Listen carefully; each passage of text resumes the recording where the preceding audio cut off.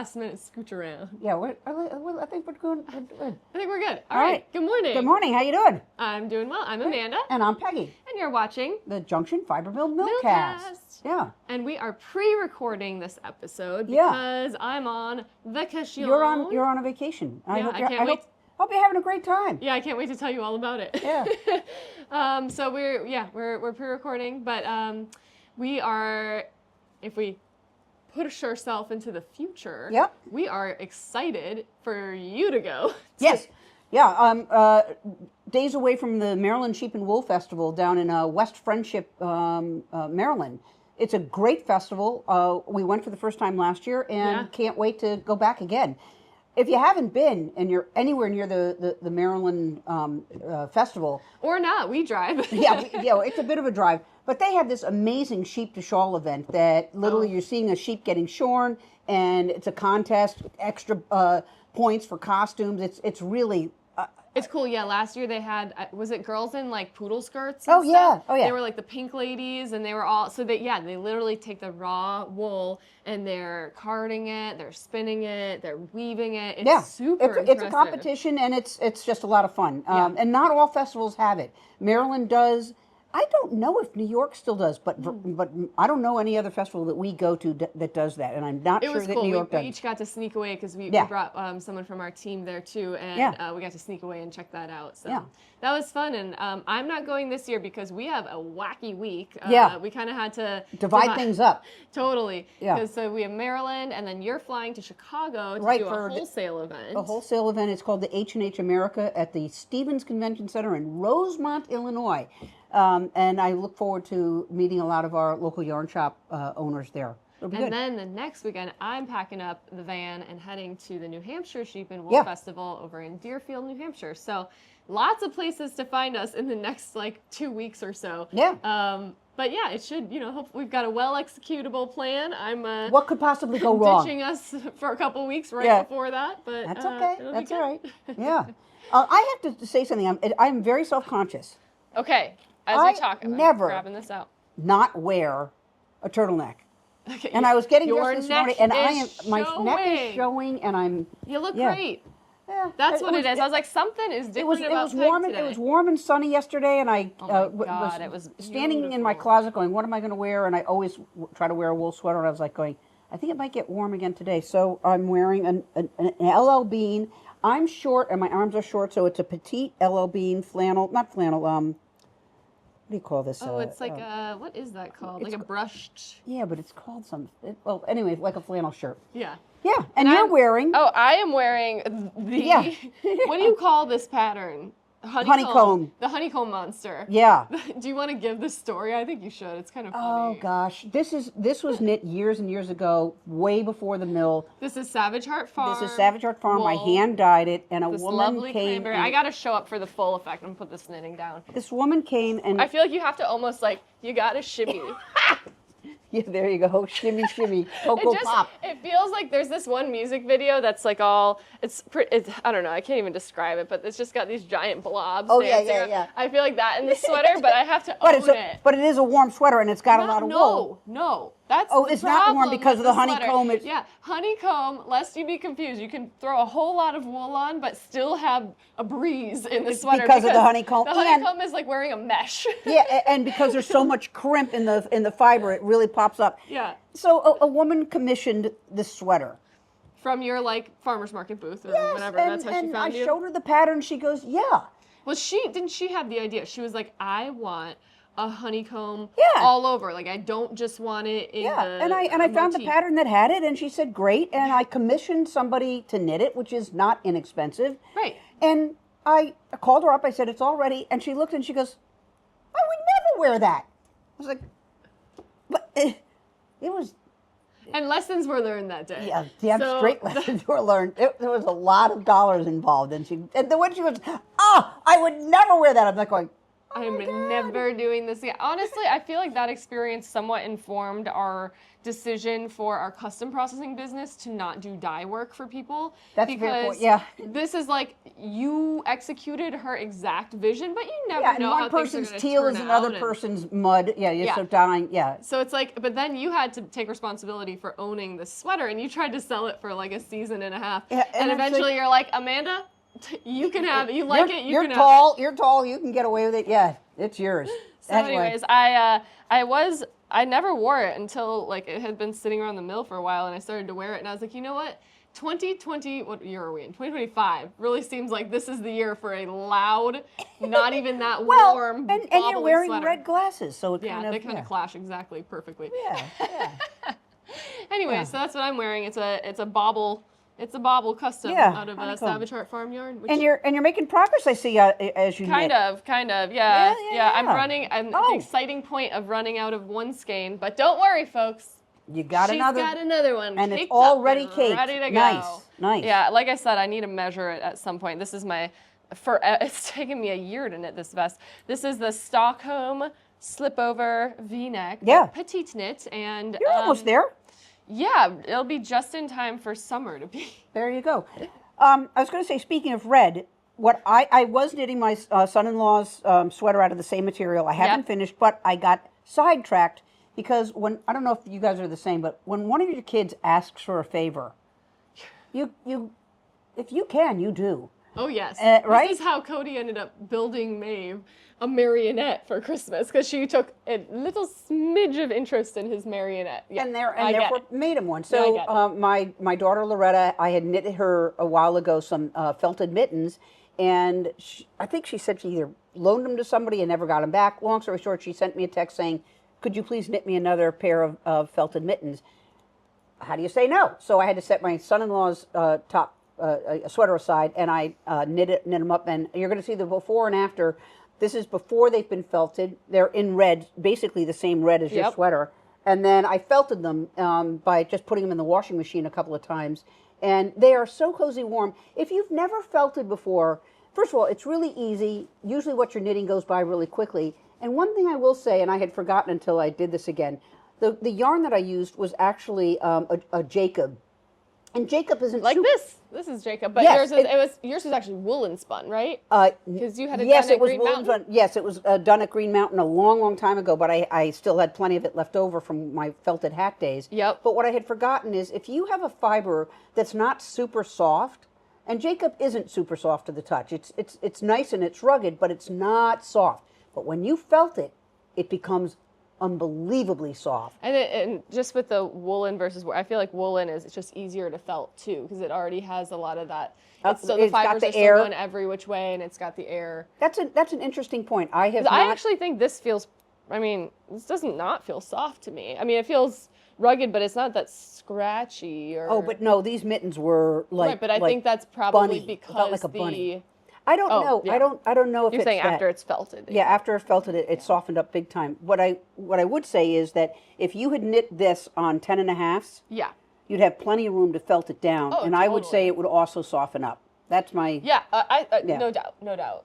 Anyway, they're in the mail and off to her. So now I've got one sleeve. Yeah, I got one sleeve done on the son-in-law. Just wait till you have all of your grandkids requesting mittens now. Well, I want them to be of an age when they're doing their own laundry. Well, I don't want right now, giving a 3-year-old a wool sweater doesn't make a whole lot of sense. I know. But anyway, those are those sweaters. Yeah. We've got something we're launching today. Yes, we always do. Yeah, this is so gorgeous. Okay, so check out this sample. This is I gotta give it for the full effect because you have to see the back too. So this is a cowl. Oh my gosh, look at that fun angle. And the thing about this cowl is I was like, that is so long for a cowl. How does one wear this? I think it is so stinking cute. And because it's in sport weight, it's a kind of a lightweight, just taking a little of the chill off a spring. It's probably, again, clashes so bad with this sweater. But anyways, I love this. It is. The texture is beautiful. It is so light, and it is, because it's long, it just has that nice little scrunch to it. Yeah. So this is, without further ado, this is the Tiff Nealon Variations Cowl #1. I think she has a #2 that's just a little bit bigger if you want a larger one. But Tiff Nealon designed this with our yarn in mind, and so we decided to make some bundles with it. And the fun thing is, it's a 5-color cowl, and it's sort of a similar idea as like if anyone has done Andrew Mowry's Night Shift, where you kind of combine like every color every which way. Yeah. But unlike that one, it's solids and variegated. Yeah. So what you're seeing here is 3 colors of solid. You've got a green, an ochre, and our paprika. So the forest, the ochre, and the paprika, and then 2 colors of variegated, and you get all the different combinations of it, and it's knit flat, and then you do like I think a 3-way maybe bind off. 3-way bind off to do the here. Yeah, to add it together. So without further ado, let me show you what we have come up with for our different color combos. Yeah, with our laundry, you don't know how you're seeing a laundry basket. You're going, you have no idea how many laundry baskets we have really at the mill. took our time to create the perfect combos. Okay, so you want to show this one? This is our first one, which is the same as what you saw. So the one you just saw was with these colors. So you can see the 3 solids and then 2 of the making tracks. And again, it's all sport weight. Yummy. And then, that's the bundle, fall. which by the way, you'll get a 10% value savings on getting the bundle. Yep. But so we've got ochre, paprika, and the forest for the solids, and then for your variegated making tracks, you're getting leaf peeping and in the clearing. So we're calling that the autumn bundle for good reason. For good reason. Then we'll go something totally different. Totally different. If you want springtime. If you're spring. This is so fun. These are featuring some of the colors we just launched last week, which we're excited about. So of course you have the teal with it and the peony, our brand new roots colors. Yeah, again, teal with it. Get it? Yeah. Little fewer. And then undyed. So those are your solids. And then you've got Ocean Eyes and Vermont Vice. Yeah, so how great is that? That's going to be super fun, oh my very God. Springtime, very poppy, very Taylor Swift, if you will. Oh, all right. And then we have, again, we're just rolling out. This is why we have taken our time to develop the Roots line, is so we could do fun things like this. No kidding. Okay, so this is what I'm calling the summer. I think it kind of reminds me of sort of a lazy day by a river or something when everything's in full green, leafed out. So again, we've got our lovely green forest. We've got the aubergine and the bachelor button. And then hold that up. Keep those up. Yep. And then we've got the, I know this, Aurora Borealis and Enchanted Forest. So look at that. And we'll make sure to select one of the more green skeins of the Enchanted Forest to go with this bundle. Lean that in a little bit. How fabulous is that? Oh my gosh, so fun. 3 great choices. Y'all are wondering, where's the winter? We've done seasons, and I've got no answer for you. 3 seasons. We don't want to talk about winter. It's behind us. Behind us. We're moving on forward. So, again, these Having said that, it just snowed 3 inches. Okay, but these people are watching us in the future. Yeah. Okay? It's never going to snow again here. Okay, we're over it. Okay. So, again, these are yarn bundles. We don't have the pattern included with them, but you know where to find that. It's on Ravelry. So, and it'll be in our notes here below. Absolutely. Yeah. So I have a really fun interview I'm excited to share with you. I listened to you doing it, and you were having fun. It was very fun to listen in. So this is fun. I was so excited. So I will. So we're going to talk to Inger. She is not a knitting celebrity, but she's a celebrity to me. She is who I refer to as my Danish mom. Yep. So, the story is I studied abroad in Denmark, and I lived with Inger. She was the mother of one of the study abroad students in my high school. So I met this kid in high school. He was like, you want to go to Denmark for your year abroad? You should live with my mother. So I lived with his mom, and we became very close friends. And she was at my wedding. We visited her several times, Cody and I, and her and my daughter share a birthday. So how fun is that? That's pretty special. We haven't visited since kids, so we'll have to get over to Denmark soon. But it was really lovely to get to sit down and talk to her about specifically her interest and involvement with sheep and wool. And just a little content warning on the interview. She does reference in her very Inger way wanting to sort of get in touch with a little more of the meat side of sheep, which I respect. I think we both do. But if that's not your thing, if you don't want to hear about meat and slaughter, you maybe want to skip this one. But if you're cool with that, or fast forward when it comes up, and then resume. Yeah, sounds good. All right. So, Inger, thank you so much for being on the Millcast. I'm very happy to be you. I'm happy to see you too. Do you want to give a little introduction? I have no idea how you would introduce yourself these days. Oh, yes, I could. My identity has changed over the years, I would say. I'm still a lawyer. I'm working a little bit with law, especially mediation, conflict solving. And I am nearly 69, so I'm also in a transfer to retirement. Hmm. And within the last 7, 8 years, I have jumped out to one adventure after the other, from being a real city girl with an international career. I have jumped first to farming in north of Copenhagen in Denmark, and further on, reducing my things, building a tiny house, and yes, reducing all my stuff. And here we come to the wool. And I think I will not say more about that now. Okay. Yeah. So when we first met, you were living your city girl life, as you said. And then I have also visited you in the country, but even in the city, you still had a bit of the country in your life with your horse Atlee. Um, Talk a little bit about that, how in Denmark you can balance living in a big city but still have access to the country. I think the main reason is that what we call a big city, you would maybe call something a little bit bigger than a village. Uh, Copenhagen is about 1 million people, and 20 minutes by bike, and you can be in a forest.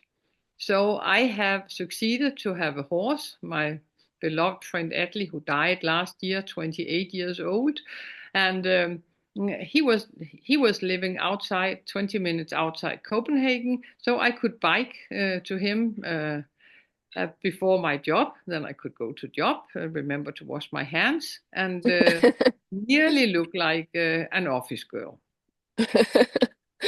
Brilliant. And as far as your farming life goes, you had Atlee and then some more Icelandic horses, but then you also had some sheep there. And so I reached out to you during the midst of COVID, the pandemic, and told you about this crazy business I was doing with the wool mill. And you responded right away, actually, I have gotten rather into fiber myself. So do you want to talk a little bit about that for you?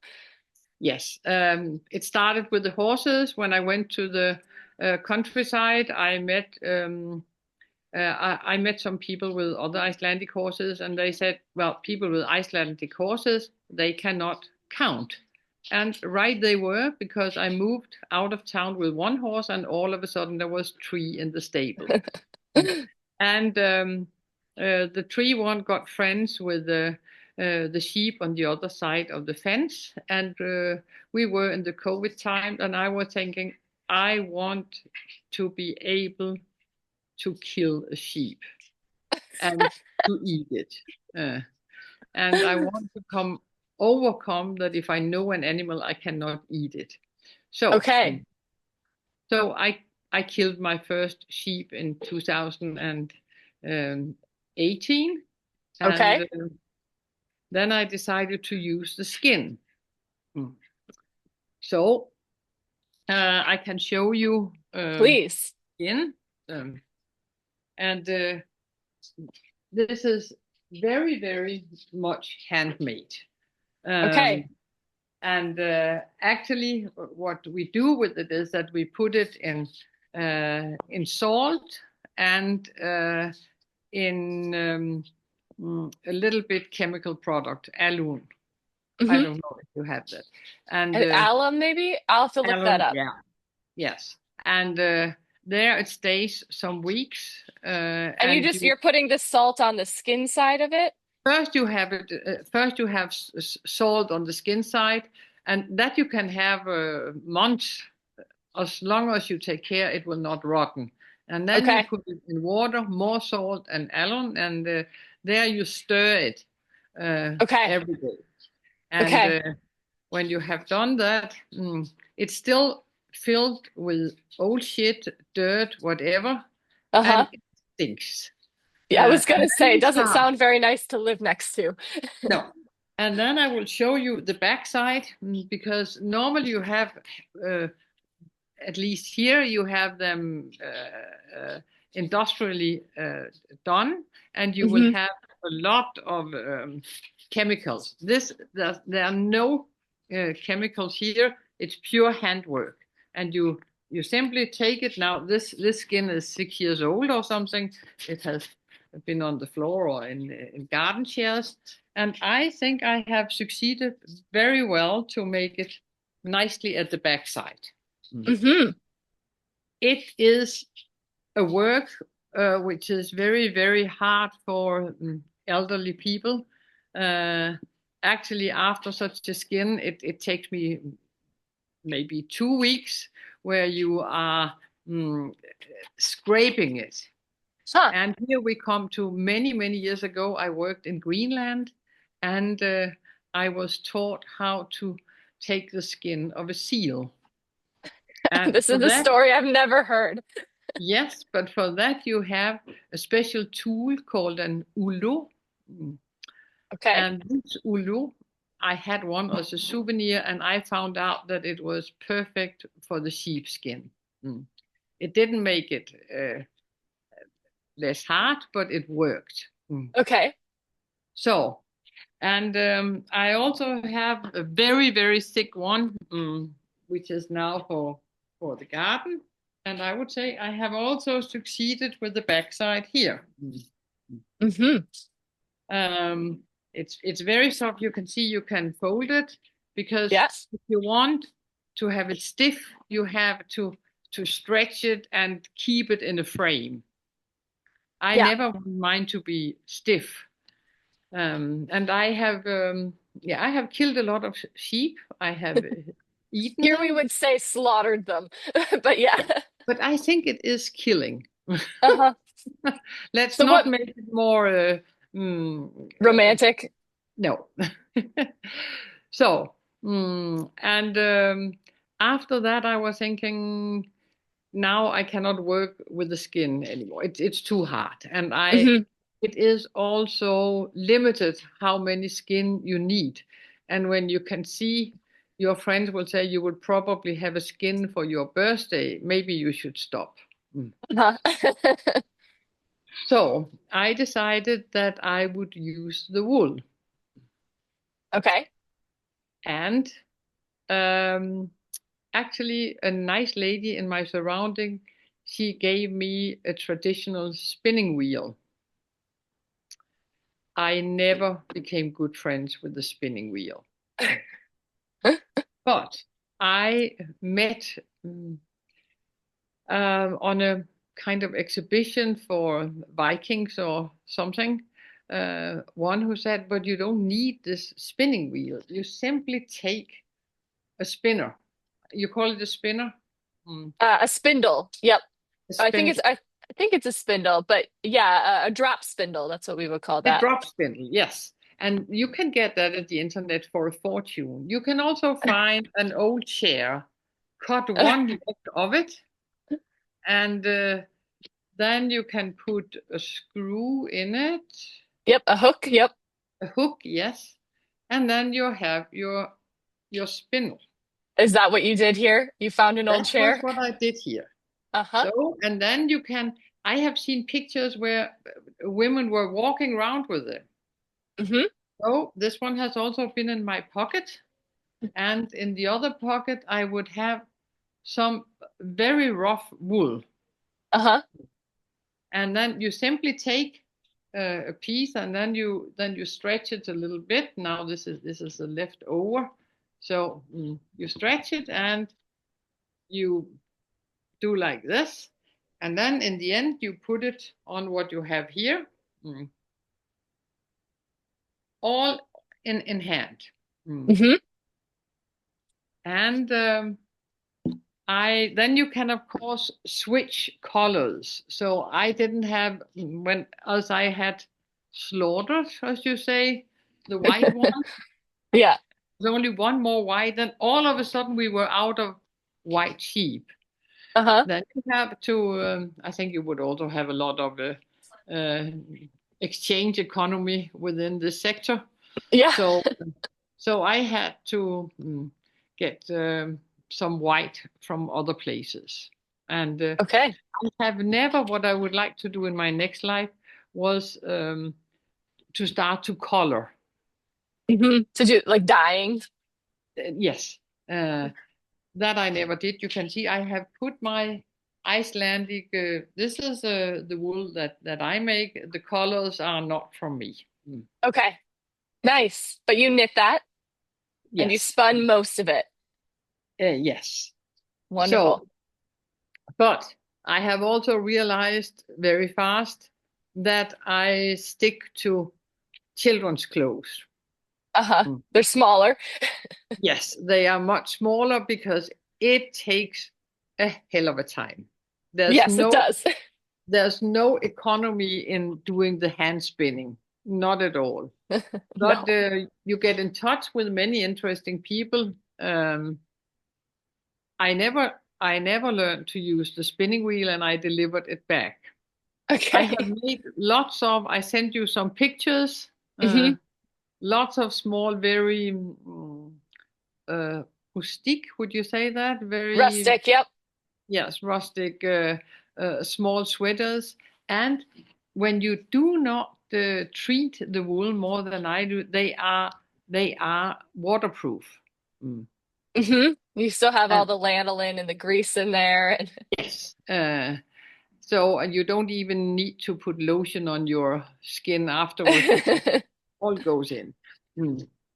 So Do you know what was the breed of the sheep that you were working with up I there? can't remember. I can't remember because we had several ones, and some are very good for hair, and others are better for meat. So we have some called Shropshire. Shropshire. Yeah. Yeah, I have eaten them. Okay. So what did you do? So you did the skin, then you were working with wool. I'm curious, what did you do with the meat? What The kind of meat. things did you make? Yeah. Oh yes. Many people who are slaughtering sheep, they only want the legs and the shoulders and maybe the back, the fillet. So I collected all the other parts and I put them in a press cooker. Okay. Like the neck and the breast with all the ribs. I Yep. would salt and put sali and rosemary on it and put it in the oven 4 hours. The neck and things like that, I would put in a press cooker, and then it would be a very nice ragu. And Ragu. Okay. and in the end, I would make shepherd's pie. That's a favorite in our household. Cody is a big shepherd's pie fan. Yes, so am I. And my ideology about living more sustainable has of course done that I had this nose to tail program that that we wouldn't miss anything. And I can tell you the what do you call the intestine The uh, intestines and yes uh-huh. that I gave to the foxes in the forest. Uh-huh. So we took a wheelbarrow and we put it down there. And Yep. that is, of course, a big problem between a lot of legal issues. Is this garbage? You're not allowed to put garbage in the forest, but would say no, it's recycling and it's food for the animals. Could you talk a little bit about just the culture in Denmark around knitting and fiber? And you said you of course, you kind of brushed off. Of course, you'd been knitting earlier in your life. I'm curious what it's like there for people interested in fiber and knitting. It is upcoming, and I really think that COVID. I thought that that knitting was something from my feministic part. Will the women sign on all pullovers and maybe some horses? That was over and done with, and all of a sudden it popped up. Yep. And we have so many nice yarn shops now. I am too greedy to buy all these very, very expensive products. Well, now and then I pick up secondhand leftovers. But it has become very popular, and I don't know how many books have been published with the what do you call it? You don't call it a recipe. The knitting patterns. Yeah. Yep. Patterns, yes. I have never used them. Who taught you to knit originally, though? You said YouTube and lately, but my grandmother. okay. When I was 6 years old. Well, actually, when I came to school 100 years ago, it was so that all the nice girls, they were giving some very nice white wool. And others like me were giving gray, because we would definitely make it gray during the year. So I only succeeded to make one gray sock, and my grandmother, she said, I will make the other one. So at presentation day, I had one gray sock, not very nicely made, and a very nice gray sock. And then I was thinking, I have to learn that. And my grandmother, she taught me both socks and sweaters. And then, because of my very big interest in Icelandic horses, when I was 12, 13, I started to knit Icelandic sweaters in traditional patterns. Okay. We also had a babysitter from the Faroe Islands. And he was much closer to my way of using this very raw wool. And I remember these nearly waterproof sweaters where you needed to have something very soft under, because it got sticky and too rough. Yes, too rough. Well, speaking of that, I think you were the first person in my life to turn me on to the wool base layer idea, that you always need to have wool. I'm curious, where that just a thing in Denmark that we didn't maybe necessarily have in the US, or where did that come from for you? For me, it was just tradition. Everybody would have it. And then there was a period where long underwear, or underwear with long leg in wool, were not in fashion. But if you see nowadays, they are in all kind of colors. And when I met Dirk, who's from Belgium, he has never heard about it. And when I gave him some for his winter biking, his life changed. Yep. Yeah, I think you were ahead of the recent trend of the wool base layers and long underwear, and now I see it all over. But even as a mom, like, I discover for my kids, I usually have to buy from Europe because they don't make them as much in the US. But like in Germany, companies have been around for a long time making these little woolen clothes, and in Denmark as well. Yes, and I would say we have them. It's not especially exclusive for rich people, or I mean, the supermarket chain would also have them. Maybe not in the merino, but still in good wool, which would last for years. Yeah, yeah. Well, do you have any other knitting and wool related stories you want to share? Ooh, I don't know. I have wondered why there are so many people who has admired my small sweaters for children. But as soon as people have the ability to speak, nobody has asked for having one for themselves. Huh. That I cannot understand. So now I have nearly stopped. But I have I would say, with this way of having them for small children, I always make the sleeves much too long, and they are sliced up here so Yeah, that so you you can can. fold it up. And 2 years later, they can still wear them. You just wash them and you stretch them at the side and in the length, and the sleeves can then come down and be put together. Yeah, fantastic. So Well, this was I can fabulous. I can also say that I had great fun giving away my things, saying, well, that was enough. I had these things where you started. Hand Yeah. cards. Yep. Yes. Hand cards were a big thing too. Yep. I have spoiled many of my own stockings or tights when I have been sitting doing it. So take care of Yeah. the dangerous tool. But apart from that, it was so nice for me to give it to a young girl who has just started a big nature project where she wanted to work with both wool and skin and meat. hmm hmm I I'm have to still share. sticking to the meat. You're still sticking to the meat. Well, I have to share when I came to visit you at this farm where you had the sheep, which to be clear, they weren't your sheep, correct? You were sort of renting a space on someone's Mm-mm. farm, so you didn't have to own the sheep. They were, No, they were there. Mm-mm. yeah.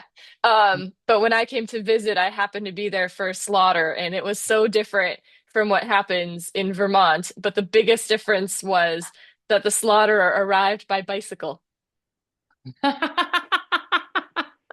Yeah. It's so very Danish. Yes, that He is had his true. little tool chest with everything he needed, and then whatever else he didn't was already at the farm. And it was, yeah, it was quite the funny thing. And seeing you guys round up the couple of sheep for slaughter that day was very funny. But then I I think can tell you that sometimes he also left with half a sheep hanging on the luggage carrier on his bike. I am sure. Yeah, it's Yeah. just beautiful in the countryside, and I can't wait to get back there sometime and visit and see where you guys are now, because the small Yes. house looks also very lovely. So we wish you welcome here as soon as you're always welcome. Thank you, Inger. And thanks for being on the Millcast. So yeah, it was so fun to sit down and chat with her again. I think it's marvelous to have someone like that in your life. Oh, she was a really big influence, I know. on me at the time, and yeah, it's lovely to reconnect. It's a good thing. It's Yeah. a good thing. Mm-hmm. Nice. Yeah. Nice. All right, so we move on. We move on. We'll talk again about Maryland. Maryland. But just to give you a heads up about next Tuesday, we've got a limited amount of our Maryland blue crab, which we'll have in person obviously at the Maryland Sheep and Wool. We had this color last year at the Maryland Sheep and Wool, and it sold out in a flash. So we've done more of it, and we came back empty-handed. So we're going to hold back some so that we'll have some online that'll be available. But if you're thinking of going to the Maryland Sheep and Wool Festival, hopefully this will inspire you to go. But know also that we'll have some of it, not a whole lot of it, available online. Yeah, and it's a DK weight making tracks. Yes. Yep. So Yep, we'll there have it that. is. Maryland And blue crab. Can't say it enough times. Come Yeah. see us at Maryland Sheep and Wool. Yeah. Then next week Come come say see hello. us at New Hampshire. And then at New Hampshire. All right. We'll see you soon. Bye.